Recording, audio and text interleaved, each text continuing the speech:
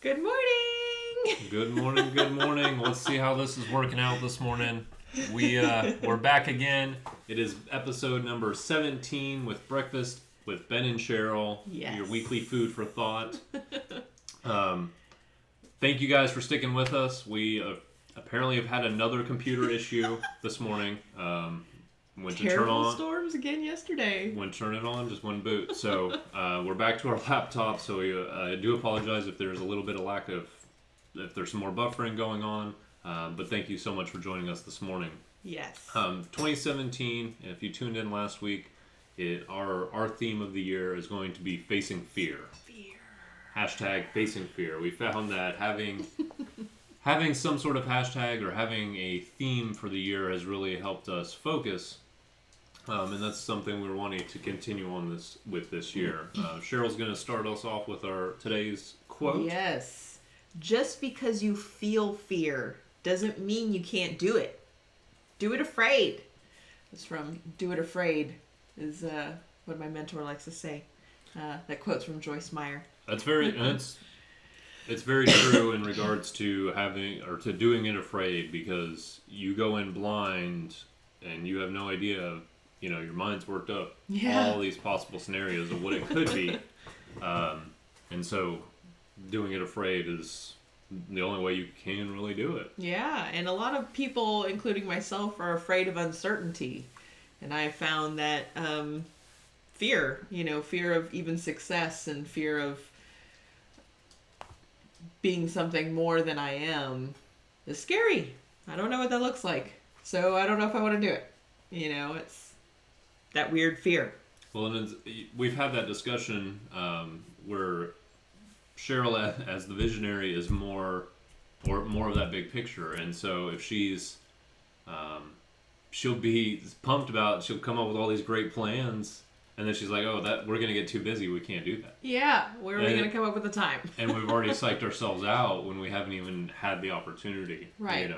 And while it's scary, whatever that is, but I've always found that, or not always, as I've gotten older, I've found that doing it afraid is the only way you can do it, and that's true. Because you're given a lot more options if you do it afraid. Yes. You're able to find those answers, talk to different people, use those resources in your life to get that information. Whereas if you just ignore that certainty or that thing that looms in the back of your head, the option you are given or the option you were told at that time is a lot less in your favor. If diet, everybody's saying, "Oh, I'm going to diet, I'm going to diet." Okay, well, you can choose to have that option, and you can make the choice to start doing something and facing that fear of like, well, man, I got to hit the gym. That's scary. I'm overweight. I don't feel good. The given answer is you have a heart attack. Right. And that's what you're given. You don't get to have the option to fix that. So to face that fear. Don't live in this like, oh, I'm destined to. That's the route I'm destined to take. Yes. Well, if you set your blinders on and you're the horse going down the path, of course that's the only path you're going to take. Right. Because you're guided by someone else. If you're that horse on the path, somebody else is keeping those blinders on. Just you got to open up your own eyes and see what's around you and not be afraid of what people might say, what people might do or not do. Like, you're your own safety net. You're it. You surround yourself with the people that you're like, and that's fine. You're around friends and family and stuff, and you love them. Of course, they don't go away. But it's okay to have professional and people like-minded that you get to hang out with. And if that's something that you're passionate about, you can converse and brainstorm about ideas and surround yourself with more opportunity that way, instead of, oh, well, my family and friends don't like it and they think it's silly, so I'm not going to do it. Yeah. Because they may not understand. Everyone is different. Well, we were talking to a photographer in a group a couple months ago, and he was talking about it. He's like, he still lived at home, and which he was doing his own thing, rocking it. But he's like, my parents just think I'm in my computer or in my room on my computer not doing it. They see me on Facebook and they're just like, go do something. Yes. And he's like, I'm connecting with people. I'm improving my website. Mm-hmm. I'm editing my work. But he was taking that time, and, it could have given into that pressure of, right. I don't, my parents are always just hounding me to get a 9 to 5, right. but doing their own thing. So, that's what you got to do, and putting yourself around people that won't dog you for that. It was pretty cool. Our New Year's Eve, or prior to New Year's Eve, our New Year's Eve celebration. Cheryl and I and a small group of friends, we went over our goals. Yeah, that was fun. And that's it. It was fun. And the first time in my life, I've been able to bring my goals to a group of close peers that not only I really respect, but I want them to hold me accountable. Yes. And that's been really invaluable. Yeah, I agree. That was so much fun. It was. I really enjoyed it. And it's cool hearing other people's goals, and that's where that you let go of that fear and thinking that you're not aiming high enough, or you're not achieving as much as the other person, or what if I'm going to achieve too much? What if my goals are too lofty? You always have that uncertainty, and I'm speaking from my own self. On what's appropriate and what's not. What are their goals? I have no idea. How extreme are those goals going to be? I have no idea. You don't want to undercut yourself, but you don't want to oversell yourself either. Yeah. But it's good to hear other people's goals and be like, oh, okay. Yeah, I can do that. And they're all scalable. Yes. It's all everybody is looking to improve themselves. I mean, if they're putting a goal and actually pushing themselves to put that goal down, then they're looking to improve themselves in some regard. So, just to see the different scales, like that's or the tiers, if you will. Yes. And the other aspect of why we chose facing fear # was to break that stereotype of that fear. While yes, it's scary, and we shouldn't face it, and we should shy away from it, and we don't want to do anything with fear. Oh, that's scary. Nope, not even going there. We do that a lot, and fear and excitement are the same feeling. It's just what you tell yourself that feeling is. And if you have that feeling, really sit and analyze what you really are feeling, if it's anxiety or excitement or a little bit of both. And if there's a little bit of excitement peppered in there, hold on to that excitement and build on that, and just, okay, well, I am excited about that. Let me go chase that for, and see where that leads me. And, great things come from the unknown. And it's really, with the facing the fear, it's not, you don't want to focus on the bad, and that's because then you're just in that bad mindset. Mm-hmm. We're really coming from a point of use that as your motivation. Yes. This one fear is holding me back from. Mm-hmm. So use that when you solve that problem. This extra 10 pounds, I feel it's stopping me from fitting into that size 10 dress. Mm-hmm. On the weekends, I like to do something different. But use that as you don't just like, oh my gosh, I can't fit in this. Use that as your motivation. Yes. And Cheryl can tell you, I was a little bit apprehensive just to even use that as our theme, because I was like, I don't want a negative hashtag to run our year. But then I'm like, man, there's some things I really want to do this year, and some things in the back of my mind are holding me back, and I need to face those fears. And if those are the things that are holding me back mm-hmm. from the person I want to become next year, this year, the end of this year, then I really got to get off my ass and do something. Yeah. But that's why we chose facing fear. So we're gonna face it head on. Yeah.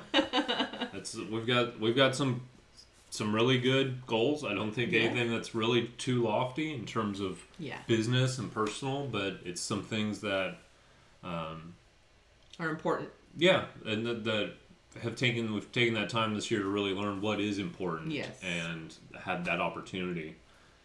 Cheryl really put it in a really good perspective when she was going over her goals. It's like, who do I want to be at the end of 2017? Mm-hmm.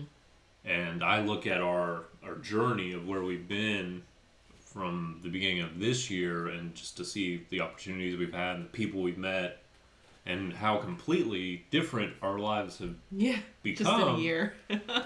And little secret, guys, it's really not that hard. No. It's really not. Read a couple books. Listen to some good podcasts. Talk to some people. Hopefully, talk to some people, some like-minded folks. But just push yourself a little bit. Face that fear. Take that extra step. 20 seconds of courage. Yes. That's all it takes. Whether that's picking up the phone to call a new customer, walking in the gym door for the first time, calling that friend that you haven't had, you haven't talked to in 6 months because it got awkward over that one Facebook post.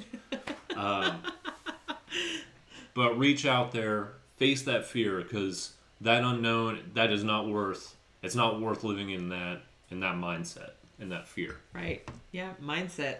That was my biggest revelation. Yeah, that's right. 2016. How I talk to myself and how I look at things and perceive things has totally shifted. How you talk to yourself internally. Right, yeah. Well, no, but I think not. Give them an example of you were late and you forgot to shut off the coffee maker. Yeah, that's something that we've been looking at in the mindset shift. I used to be an over apologizer. Yep. I said sorry for everything. So now I'm trying to, instead of saying I'm sorry in certain situations, say if I'm late, instead of saying I'm sorry I'm late, say I appreciate you, being here this morning and taking time out to meet with me. Yeah, spend time or that kind of thing. Don't have to go into all the excuses and the whole rigmarole. Keep it positive and keep it going, and people will most likely forget that you were even late, and you deliver your powerful meeting presentation, you're good. You make them appreciate them showing up for you. Yes. Not apologize that they took time out of their day. Yeah. It's just show people that you care in that regard. Yes.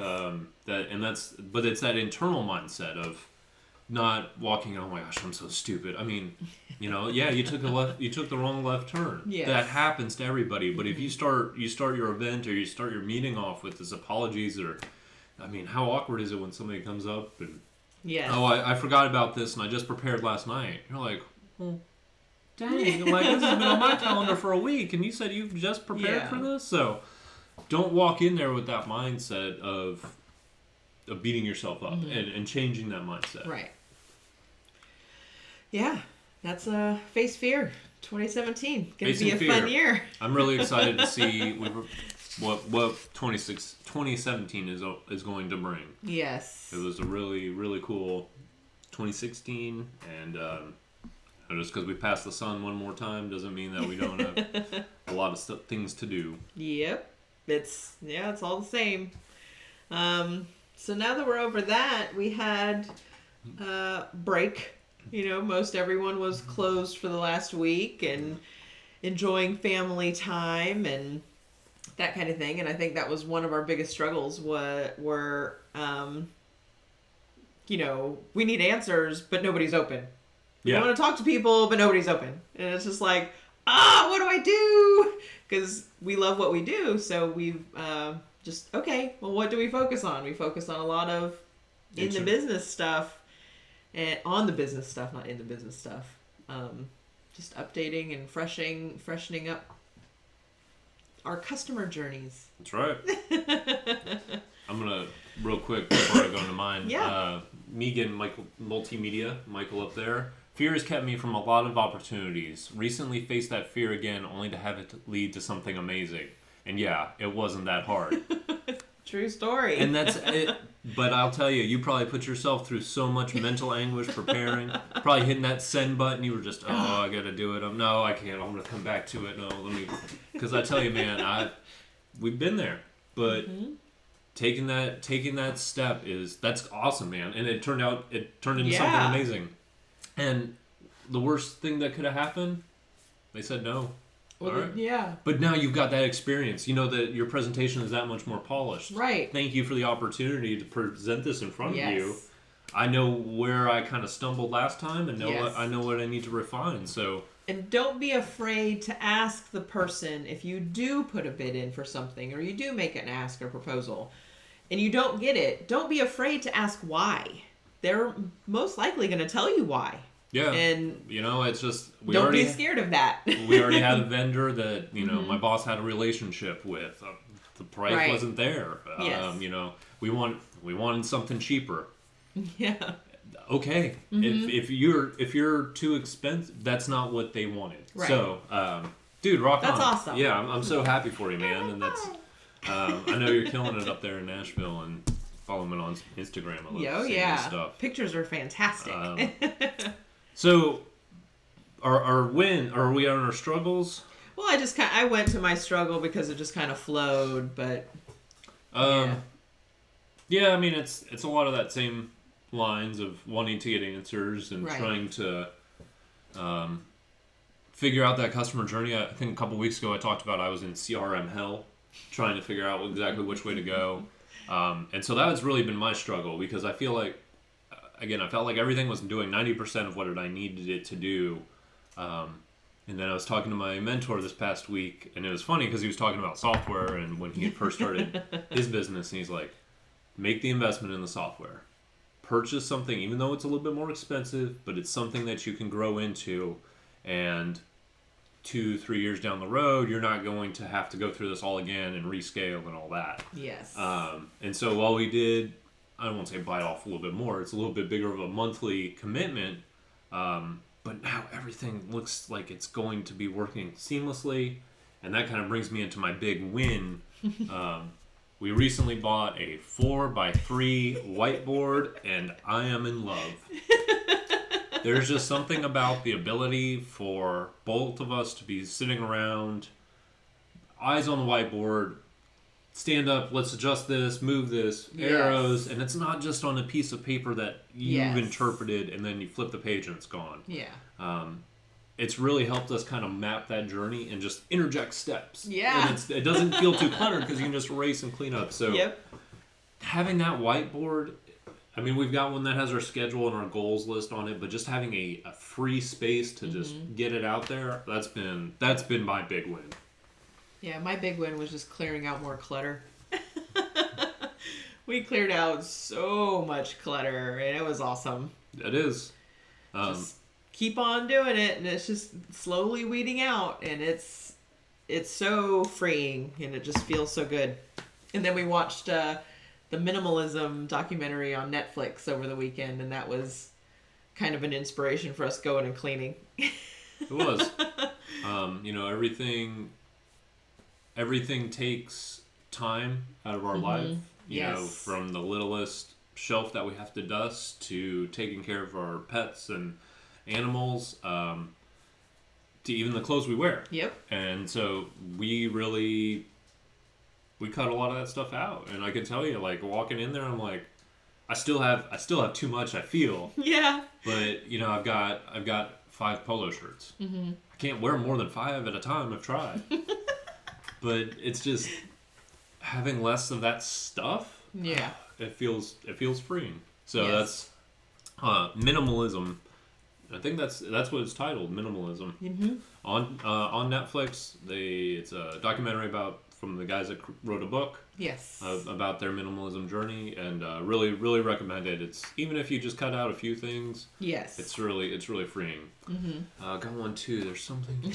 Okay. He's talking about the whiteboard. Yes. Yeah, that's awesome, man. I tell you, I love it. It's great. The other thing that I wanted to mention was that Facebook post that's been going around, Simon Sinek's talk about millennials. He was on a talk.